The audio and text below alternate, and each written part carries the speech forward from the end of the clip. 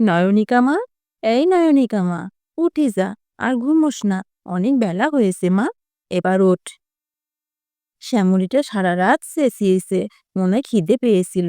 ওকে একটু মাঠে দিয়ায়, আর আমি তাড়াতাড়ি উঠোনটা ঝাড় দিয়ে নি। ওঠ মা, আর ঘুমোস না। ঠিক আছে মা, আমি শ্যামলীকে মাঠে দিয়ে আসছি। তুমি উঠোনটা ঝাড় দিয়ে নাও ঝটপট, তাহলে তাড়াতাড়ি হয়ে যাবে। তুমি ঠিকই বলেছ।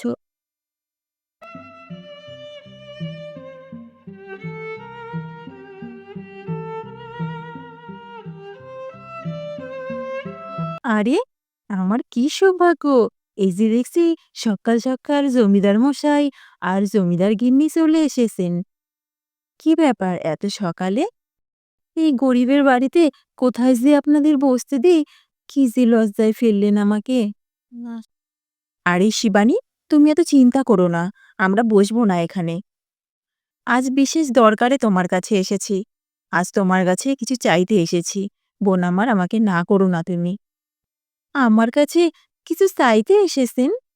সে কি কথা! আমার যদি থাকে অবশ্যই আমি আপনাকে দেব। কিন্তু কি চাই আপনার? আমার কাছে তো এমন কিছুই নেই যা আমি আপনাকে দিতে পারি। আসলে তুমি যাকে জন্ম না দিয়েও নিজের মেয়ের মতন লালন পালন করে বড় করেছো বড় আদরে, তোমার সেই মেয়েটিকেই চাই। কারণ আমি যে সেই মেয়েটির জন্মদাত্রী মা। আচ্ছা শ্যামলী, তুই একটু খা তো, আমি একটু বাড়ি থেকে আসি। মনে হচ্ছে আমাদের বাড়িতে কেউ এসেছে, বুঝলি তো? একটু যাই তো দেখে আসি। তুই একটু খা, আমি আবার পরে এসে তোকে খাওয়াবো।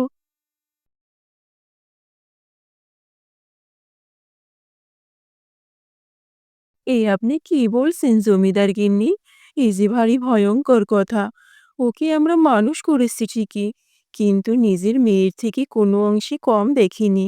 ও ছাড়া আমাদের দুজনার পৃথিবী অন্ধকার। ওকে ছাড়া আমরা বাঁচতে পারবো না। কিন্তু যখন বলছেন আপনাদের মেয়ে, তাহলে আপনাদের সঙ্গে অবশ্যই যাবে। মা এগুলো কি বলছে? আমি এদের মেয়ে নই, আমি ওনাদের মেয়ে। যাই হোক, আমি মা-বাবাকে ছেড়ে কোথাও যাব না। কক্ষনো না। ওই তো বাবা চলে এসেছে। বাবা নিশ্চয়ই কিছু বলবে।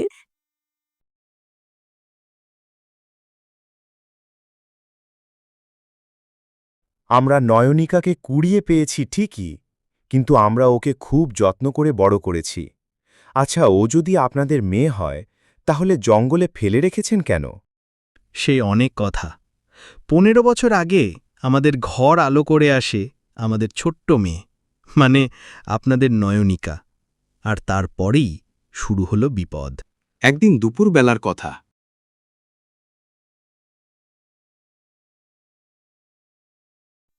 মনা ঘুমোলো, পাড়া চুরোলো, বরকি এলো দেশে। বুলবুলিতে ধান খেয়েছে, খাজনা দেব কিসে? বাবা, কত কষ্ট করে মেয়েটাকে ঘুম পাড়াতে হলো। ভারী দুষ্টু হয়েছে মেয়েটা। আর কথা বলবো না, চুপচাপ করে শুয়ে। জমিদার গিন্নি ঘর থেকে বেরিয়ে যেতেই এক বুড়িমা ঘরের মধ্যে ঢুকে আসে। এসে বাচ্চাটির মাথার কাছে বসে থাকে, আর বসে বসে অনেক কথা বলতে থাকে। এই তো, এই তো সেই মেয়ে, যেই মেয়ের দ্বারা আমি অমর হতে পারবো। এই মেয়েকেই তো আমার দরকার, শুধুমাত্র একটু বড় হওয়ার অপেক্ষা। এই সমস্ত কথা পাশের ঘর থেকে জমিদার গিন্নি সবই শুনতে পাচ্ছিল। আর শুনে তাড়াতাড়ি করে ঘরের ভেতরে আসে, আর এসে দেখতে পায় একটা বুড়িমা বসে রয়েছে তার সন্তানের মাথার কাছে। আরে আরে, তুমি কে? কোথা থেকে আসলে? কে তুমি? আমার মেয়ের মাথার কাছে বসে আছো? তুমি এখান থেকে সরে যাও, তোমাকে আমি চিনি না। তুমি এখান থেকে বেরিয়ে যাও। বেরিয়ে যাব? হা হা হা! আমাকে চিনিস? এটা তোর মেয়ে হতে পারে, কিন্তু ও আমার অধীনে থাকবে। আমি ওকে একটু বড় হলেই নিয়ে যাব। ওকেই তো আমার দরকার। ওকে দরকার, ওকে নিয়ে যাবে? কি বলছো তুমি এগুলো? কই গো, কোথায় আছো? শিগগিরই আসো। দেখো কি সব কথা বলছে এই বুড়িমা। কোথা থেকে এলো? তুমি বেরিয়ে যাও বলছি। এই কথা শুনে জমিদার তাড়াতাড়ি করে ঘরের ভেতরে আসে আর এসে দেখতে পায় বুড়িমাকে। আপনি কে? কোথা থেকে আসলেন? আপনাকে তো কখনো এ গ্রামে দেখিনি। ভালো চান তো এক্ষুনি ঘর থেকে বেরিয়ে যান। অনেক ভয় দেখানোর পর বুড়ি শেষমেশ ঘরের বাইরে উঠোনে এসে দাঁড়ায়। বুড়িটা প্রচণ্ড রেগে যায়। রেগে গিয়ে নিজের আসল রূপে চলে আসে আর বলতে থাকে, খুব তো জানতে চেয়েছিলি আমি কে, তাহলে দেখ এবার আমি কে। এই দেখ আমার আসল রূপ। এখন তো আমি চলে যাচ্ছি, কিন্তু এরপরে আমি ঠিক সময় হলে তোদের মেয়েকে নিয়ে চলে যাব। হা হা হা। এই কথা বলে বুড়িটি সেখান থেকে চলে যায়। কিন্তু একই ঘটনা প্রায়ই ঘটতে থাকে। তখন জমিদার এবং জমিদারের গিন্নির প্রচণ্ড চিন্তা হতে থাকে তাদের মেয়েকে নিয়ে। কি করবে? কি করে বাঁচাবে তাদের মেয়েকে?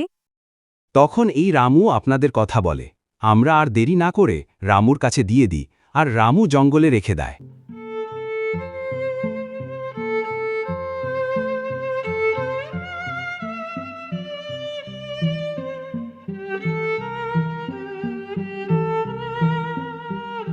আমার ওই মেয়ের প্রাণ বাঁচাতেই ওই জঙ্গলে রেখে দেওয়া হয়, যাতে করে আপনারা ওকে তুলে নিয়ে আসতে পারেন। কারণ আমরা জানতাম আপনাদের কোনো সন্তান নেই, তাই ওকে পেলে খুব যত্নেই রাখবেন। শোনো মা, আমি কিন্তু ওনাদের সঙ্গে কোথাও যাচ্ছি না। আমি তোমাদের কাছেই থাকবো, এই আমি বলে দিলাম। ওনারা যত যাই বলুক না কেন, আমি তোমাকেই তো মা বলে জানি, আর এই বাবাকেই তো বাবা বলে জানি। আমি কেন যাব ওদের সঙ্গে? অমন করে বলিস না মা। ওনারা তো তোকে জন্ম দিয়েছেন বল, আমরা তো তোকে জন্ম দিইনি, জঙ্গল থেকে কুড়িয়ে এনেছি। অমন করে বলিস না, ওনারা দুঃখ পাবেন। শিবানী নয়নিকাকে বুঝাচ্ছিল, আর ঠিক সেই সময় কোথা থেকে উড়ে এক পাখি এসে সাথে সাথে ডাইনির রূপ ধারণ করে এবং নয়নিকাকে সাথে সাথে কোলে তুলে নেয়। সবাই ভীষণ অবাক হয়ে যায়। জমিদার গিন্নি তো দুজনে ভীষণই অবাক হয়ে যায়। এত বছর পরেও এই ডাইনি নয়নিকাকে ভোলেনি। আরে, এই ডাইনি, স্যার আমার মেয়েকে, নয়নিকাকে স্যার, স্যার তুই, স্যার ছেড়ে দে আমার মেয়েকে, ছেড়ে দে। আরে তোমরা কিছু করো, মেয়েটাকে যে ধরে রেখেছে, মেয়েটা ভয় পাচ্ছে আমার। কি রে জমিদার, কি বলেছিলাম? আমার সময় হলে আমি এই মেয়েকে ঠিকই নিয়ে যাব বলেছিলাম না? দেখ তোদের সকলের সামনে দিয়ে আমি এখন ওকে নিয়ে যাব। ডাইনিরা খুশি এই কথা বলে নয়নিকাকে পিঠে বসিয়ে পাখির রূপ ধারণ করে উড়ে চলে যায়। উড়তে উড়তে জঙ্গলের মধ্যে দিয়ে যেতে যেতে শেষে ডাইনি রাক্ষসীর রাজ্যে গিয়ে নামে। নয়নিকা দেখে ভীষণই ভয় পেয়ে যায়। ভাবতে থাকে, এ আমি কোথায় আসলাম? এ তো চারিদিকে কোনো মানুষজন দেখতে পাচ্ছি না। আরে, এ আমি কোথায় আসলাম? আমাকে কোথায় নিয়ে আসলো ওই ডাইনি রাক্ষসী? এই জায়গাটা যেন কেমন একটা লাগছে। কাউকেই তো দেখতে পাচ্ছি না। ওই সামনে ওগুলো কি? আলো আলো দেখতে, আবার অন্ধকারও লাগছে। একবার গিয়ে দেখি তো, ওইখানে কি? ও মা! এখানে তো দেখছি অনেক মানুষকে বন্দি করে রেখেছে। নিশ্চয়ই ওই ডাইনি বুড়ি করেছে এগুলো। কি খারাপ ডাইনি! এই মানুষগুলোকে আটকে রেখেছে। কতই না কষ্ট হচ্ছে ওদের। না, আমার থেকেও তো ওদের কষ্ট বেশি।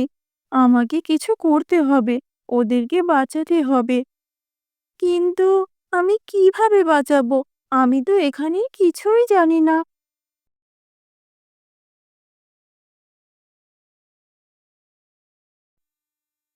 তুমি কি ভাবছো বন্ধু?